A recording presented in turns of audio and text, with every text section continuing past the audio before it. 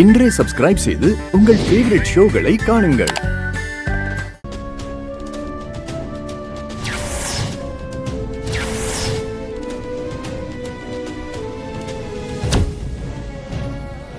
நான் காஃபில கலந்துருக்கிறது ஸ்லோவா வேலை செய்யற பாய்சன் ரகம்.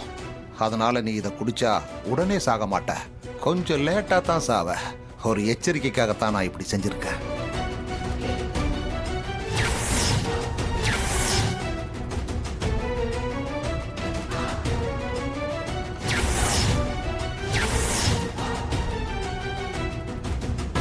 என்ன சிவகாமி அம்மா, இவ்வளவு சீக்கிரமா கோயிலுக்கு வந்திருக்கீங்க?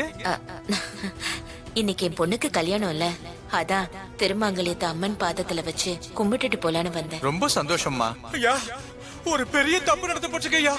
என்ன தப்பு நடந்து போச்சு? ஐயா, நம்ம கோயில் நகைங்க திருடு போயிடுச்சுங்க ஐயா. எப்படி திருட்டு போச்சு? தெரியலங்க ஐயா. நான் காலையில கோவிலுக்கு பூஜை பண்ண போனேன். அப்ப சிவகாமி அம்மா தாலியை சாமி முன்னாடி வச்சு சாமி கும்பிட்டு இருந்தாங்க. இவங்க கிளம்பி போனதுக்கு அப்புறம் பார்த்தா நகையெல்லாம் திருட்டு போயிருக்கீங்க ஐயா. எனக்கு இவங்க மேல சந்தேகம் இருந்ததுனால சிவகாமி அம்மா மேல போலீஸ்க்கு போய் புகார் கொடுத்துட்டு வந்திருக்கேங்க ஐயா. அண்ணே, நான் மாங்கல்யத்தை வச்சு சாமி கும்பிட தானே போனேன். அது மத்தபடி எனக்கு எதுவும் தெரியாதுன்னு. ஐயா, இந்த நகை இந்த வீட்டுக்குள்ள இருந்ததுங்க ஐயா. ஐயா, இந்த நகை கோயிலோடதுங்க ஐயா.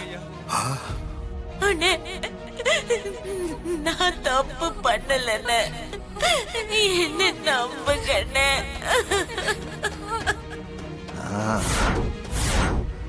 எந்திரிமா சிவகாமி. அம்மா சிவகாமி, சிவகாமி, சிவகாமி, கண்ணு பாருமா. என்னங்க சிவகாமி போயிட்டாங்க.